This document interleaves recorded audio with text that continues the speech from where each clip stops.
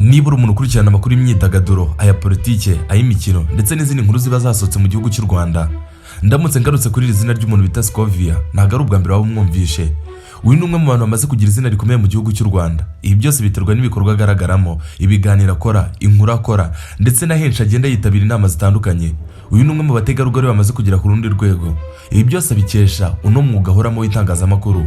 Ariko ushaka kwibaza ngo uramutse kubera iki tumugarutseho, ese kubera iki dushaka kumuvugaho, ushaka kwibaza ngo kubera iki? Ndagira ngo tugaruke kuri Scovia no bita Kiramani.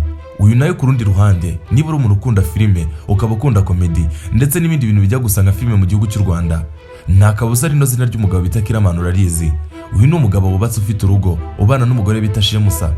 Uyu nguyu amaze kumenyekana mu bikorwa bitandukanye bitewe n'izi filime akina buri munsi, ndetse abenshi badatinya kuvuga ko zamuhinduriye ubuzima. Ubu kugeza kuri uyu munsi ni umwe mu bakinnyi ba filime bamaze kwegukana ibihembo bitewe no kwitwara neza, ndetse bikongerwaho n'akayabo k'amafaranga bikuramo. Uwo nawe ndi nkubwira ni Kiramani. Ariko muri aka kanya ndagira ngo tugaruke kuri aba bombi babiri. Ese ikibazo cyabo kiri hehe? Ese byatewe n'iki? Ese kubera iki mbigarutseho? Ndakwibutsa yuko ari Flox TV show. Icyo ngusaba no kumakinga show ko akanze subscribe, ubundi ugasiga comment na like. Ibiganiro nk'ingi bikaza bikugeraho buri munsi. Njye uri kumva kuri mikoro ni Flox Aime. Icyo nakubwira nkwaye ikaze. Ubundi mbere yuko tujya kure, ndagira ngo nkugarure inyuma gato. Mu gihugu cy'u Rwanda mu myaka yabanje twajyaga tubona abanyamakuru batandukanye hirya no hino, ariko tukabona ku mateleviziyo cyangwa amaradiyo. Niyo abanyamakuru twakurikiranaga buri munsi, aribo wasangaga baduha inkuru zitandukanye ndetse n'ibiganiro, akaba aribo twihebeye twumva inkuru zabo. Gusa ariko uko iterambere ryagiye ryiyongera, nibwo aho dukura amakuru ndetse n'izindi nkuru zitandukanye hagiye hiyongera. Nibwo twatangiye kugenda tubona imbuga nkoranyambaga, nibwo twatangiye kubona Instagram, tubona Facebook, tubona TikTok, tubona Twitter yaje guhinduka X. Aho hose n'ahantu tugenda dukura inkuru zitandukanye tukahamenyera byinshi. Ariko mu gihugu cy'u Rwanda urubuga bita YouTube rwagiye ruzamuka ku rundi rwego. Ubundi twari dusanzwe tuzi yuko ariyo hantu dushobora gukora filime cyangwa indirimbo, tukaba tuzi ko ari byo gusa. Ariko uko abantu bagiye bazamuka n'ubumenyi bwiyongera, batangiye kugenda bashyiraho inkuru, abandi batangira gukora icyo bita ama interview. Niyo mujya mubona buri munsi akorwa na Bayago ndetse na Basabe tudasize na Bahirene. Uko byagendaga bizamuka buri munsi, niko n'abantu batangiye bafungura amacano, batangira gukora ibiganiro by'inkuru zigaragara. Nibwo twagiye tubona abanyamakuru bagenda bazamuka kuri izo mbuga bitanyuze ku maradiyo cyangwa ku mateleviziyo. Aho rero niho twaje kubona no bita Scovia. Uyu ni umwe mu bantu batangiye kugira izina rikomeye, gusa ariko n'abenshi bamumenye kuyo bita BNB Umwezi. Iyi ni radiyo iriho abanyamakuru bakomeye mu gihugu cy'u Rwanda. Gusa ariko nagiye twigarukira kuri uyu muntu nshaka ko tugarukaho. Uyu Scovia yatangiye yinjira mu itangazamakuru gahoro gahoro, abantu tugenda tumumenya, dutangira gukunda inkuru ze. Ariko umwihariko w'inkuru ze tugasanga yuko ari inkuru zuzuye ubwenge, zirimo kuri kwinshi ndetse zirimo no kuburira abantu, haba ibibi biri kuba cyangwa se n'ibindi bibazo biri muri sosiyete. Niko yagiye azamuka gahoro gahoro kugeza ku munsi yageze no ku rukuta rwa YouTube, aragendagira abantu benshi bamukurikirana. Gusa ni na benshi bamumenye ku izina rya Mama w'u Rwagasabo. Ni izina yamenyekanye kubera YouTube channel afite yitwa gutyo. Uyu ni umwe mu bantu bagiye bakora inkuru nyinshi zikomeye, inkuru zagiye zikundwa kugeza na n'uyu munsi akibahereza n'izindi. Ni umwe mu bantu bafite timu nini akorana nayo, ndetse tutasaba kuvuga yuko ari umwe mu banyamakuru bavuga ari kijyana.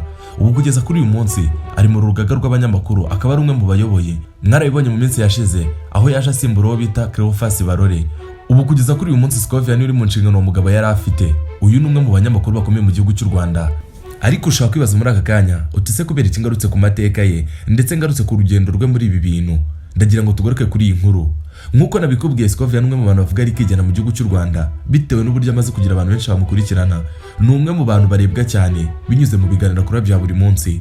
Mu minsi yashize nibwo yagarutse kuri filime zikinwa n'umugabo bita Kiramani, avuga yuko abantu nibatitonda bizahinduka ibindi ndetse bakisanga byabaye ibibazo muri sosiyete. Yatanze urugero, uyu mugabo bita Kiramani yatangije filime zitwa Kwiyenza. Ni uduce twinshi twagiye dusohoka kuri aka kantu yise Kwiyenza, aho agenda mu muhanda agenda kubita abantu bambaye amajipo magufi, muri make ndavuga imyenda migufi. Kiramani ni imwe mu bintu byakunzwe muri izi filime ze. Abantu barazikunze barazireba, aho usanga zimwe zimaze kugira views ziri hejuru ya miliyoni. Ni ibintu bidapfa gukunda kuko dufite n'abahanzi benshi mu gihugu cy'u Rwanda bakora indirimbo nziza ariko ntizigere kuri urwo rwego. Uyu Kiramani byaramuryohanye maze abantu barazireba cyane, nawe aragenda zikoramo bwinshi, ziba nyinshi, uduce tugasohoka buri munsi. Gusa abo bandi basesengura ku mpande tujya tubona buri munsi, harimo n'uwo bita Scovia, umwe mu bavuga ari kijyana mu gihugu cy'u Rwanda, nibwo yaje kuzigarukaho. Scovia yaje kugaruka kuri izi filime z'uyu mugabo bita Kiramani, z'uyu mwihariko ariko bita Kwiyenza, kuko siza kina gusa afite n'izindi nyinshi. Avuga yuko Kiramani afite abantu benshi bamureberaho ndetse bamukunda. Rero bitazatungurana habonye umuntu ugiye ubikora mu buzima busanzwe, ibyo akina muri filime akabishyira mu buzima busanzwe. akaba yahura n'abantu bambaye imyenda nk'iri agatangira kubakubita. Ati kubera yuko kugeza kuri uyu munsi Kiramani n'umwe mu bantu afite abantu benshi bamukunda bamukurikirana ndetse abereye n'icyo bita role model. Ati rero ziriya filime mutitonze zateza ikibazo zigateza ikibazo muri sosiyete. Nuko Scovia yabigarutseho abantu benshi mu bice bitandukanye by'igihugu by'umwihariko n'abakunzi ndetse n'abafana b'uyu mugabo bita Kiramani batangiye kugenda babigarukaho bavuga yuko biriya bintu ntacyo bitwaye ari filime gusa kugira ngo bishime. Batangira gutanga ingero bavuga yuko filime zo hanze y'igihugu cy'u Rwanda by'umwihariko ku mugabane w'Uburayi turetse naho ngaho no muri Amerika n'ahandi bavuga yuko sinema zabo zateye imbere bitewe n'uburyo mu gukina nta kintu umuntu aba agomba kwijena, ibintu byose bagomba kubigaragaza akabikina. Bati kubera iki se Kiramani ziriya filime akina zijyanye no kwiyenza arizo zabaye ikibazo, arizo bashaka kugarukaho kandi ari filime atari ubuzima busanzwe, ari ibintu baba bari gukina nk'uko tubizi ari ugukina imico y'abantu cyangwa se kugira ngo babashimishe. Abantu bagenda bigarukaho mu buryo butandukanye. Gusa ariko nagiye twigarukiye kuri uyu mugabo nyir'ubwite uyu nguyu Kiramani uyu wagaragaye muri utu duce twa filime bita kwiyenza. Uyu nguyu mu kiganiro yakoranye n'uwo bita Irene kuri channel y'uyu mugabo bita Irene n'ubundi nkubwira uyu maze kuba icyamamare mu gihugu cy'u Rwanda kubera YouTube channel. Ni ikiganiro bakoranye kitari kigufi, ikiganiro kiri hejuru y'isaha ndetse n'indi minota. Ni ikiganiro bagarutse ku nkuru nyinshi zitandukanye agenda amusobanurira ku bijyanye na kariyeri ye. Gusa bageze kuri izo filime Irene nibwo yabajije Kiramani kugira ikintu avuga ku byo Scovia yatangaje ku byerekeranye na filime ze. Kiramani mu magambo atoroshye yatangiye kubigarukaho avuga yuko niba ari ikibazo muri rubanda ndetse ari ikibazo muri sosiyete agiye gufata icyemezo akabihagarika. Kiramani ariko mu magambo avuga yuko ari kimwe muri filime ze zakunzwe ndetse nyuma yaje gukurikiraho n'utundi tuntu dukomeye cyane. Ubwo Kiramani yatangiye kuzaya posting utuntu twinshi dutandukanye avuga ati sizo nakinnye gusa ariko n'izindi zarabakomye. Ni post yakoze mu minsi yashize. Uno mugabo Kiramani ntabwo byari bimworoheye kuvuga ngo agiye kureka content bita kwiyenza. Ubwo ndavuga twa dufilime twe tw'uruhererekane ntabwo byari byoroshye kuvuga yuko agiye kuduhagarika niba ari ikibazo muri rubanda.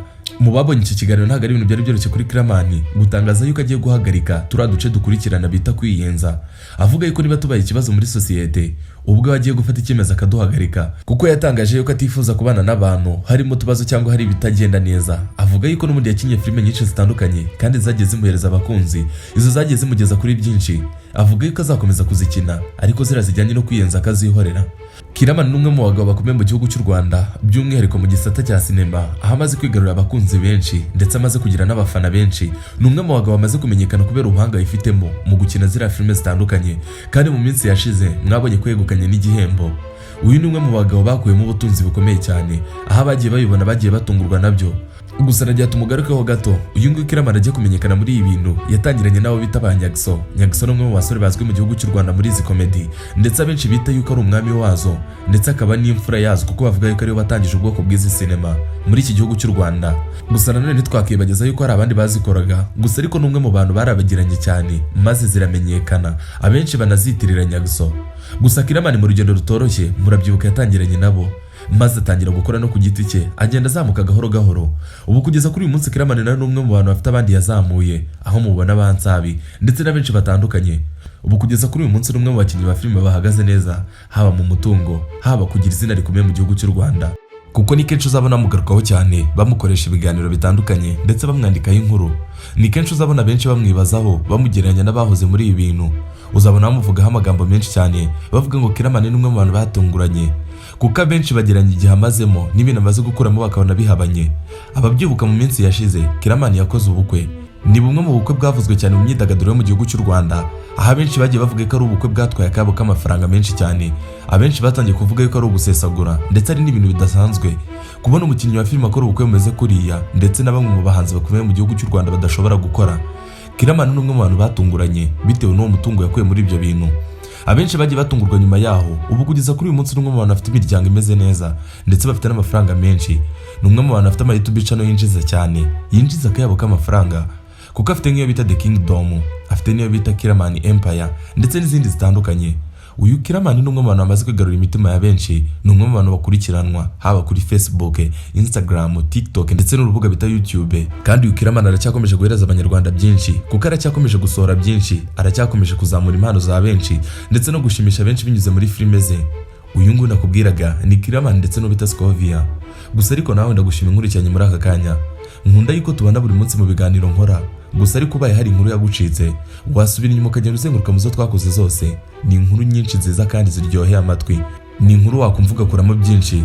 Gusa ariko nagira nkwibutse making gashoboka ukanze subscribe ubundi usige comment na like tujye tubana buri munsi. Ngiye nk'ibisanzwe buri kumva kuri mikoro ni Philox Aime, channel bisangaho nk'ibisanzwe ni Philox TV show. Ndagushimiye cyane.